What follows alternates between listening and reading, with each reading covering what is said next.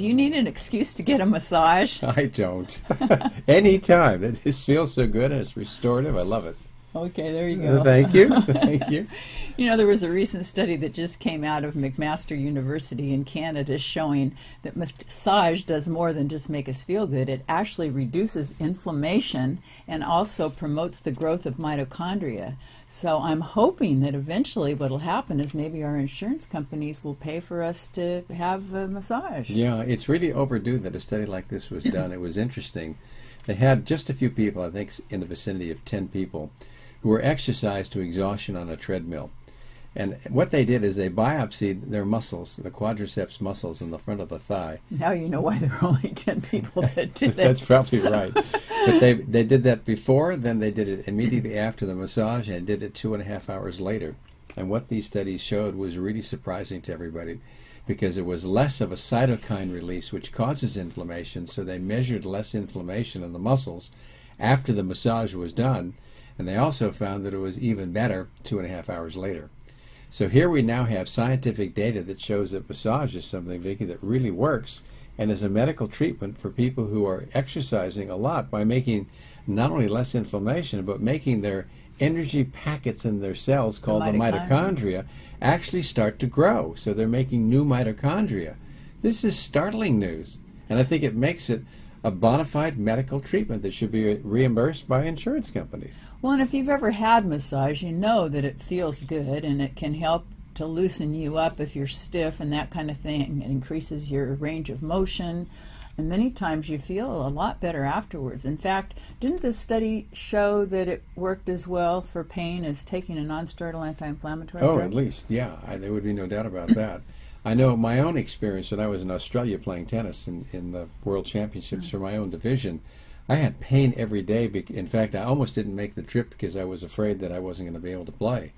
And every day after I played my match, I had a massage. They were really inexpensive there at the time, and I figured I could afford to do it, so I went ahead and had a massage every day, and it made a big difference. I think it actually kept me functional.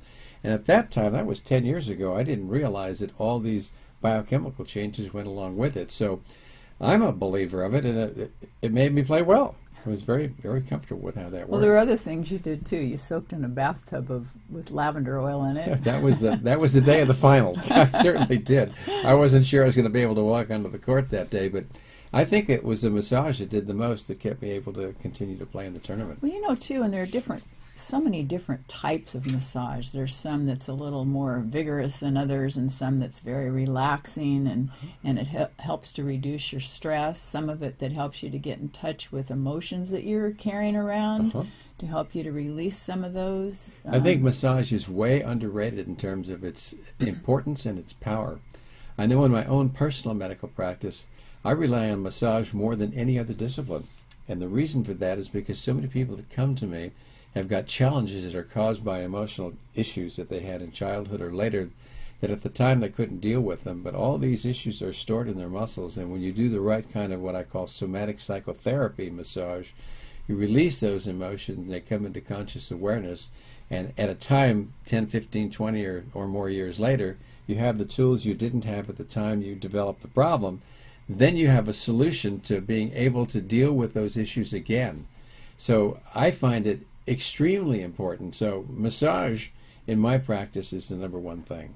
Well, they found that it's the 5th most popular type of alternative therapies. Yeah. And 18 million people in the U.S. a year get massage. Right. Well, there's something about trying something and finding that it works and going, I don't really care so much about what the research shows because I know it works.